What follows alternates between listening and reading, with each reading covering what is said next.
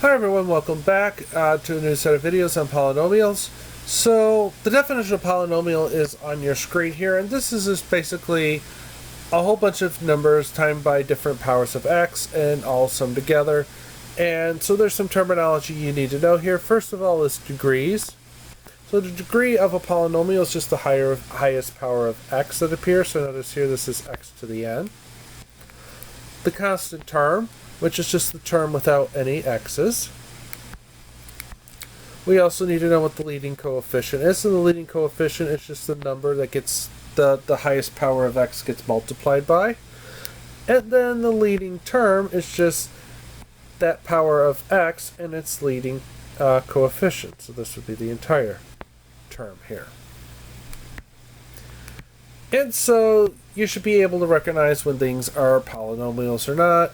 So pretty much most anything of this form I can write is a polynomial. For example, 3x to the fourth minus x squared plus 9x cubed, or not cubed, 9x minus the number I for a complex number. This is a polynomial. This is a complex polynomial, but that works. Example of something that is not a polynomial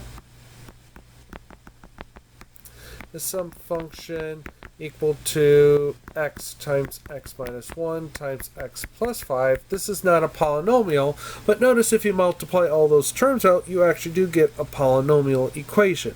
This is just not a polynomial in form here. So this is equal to a polynomial, but it is not written as a polynomial. So polynomials have to be in this form if you're going to call them a polynomial. So in the next video, we'll talk about some of the other properties that polynomials have, and actually the next 3 videos. So we'll see you then.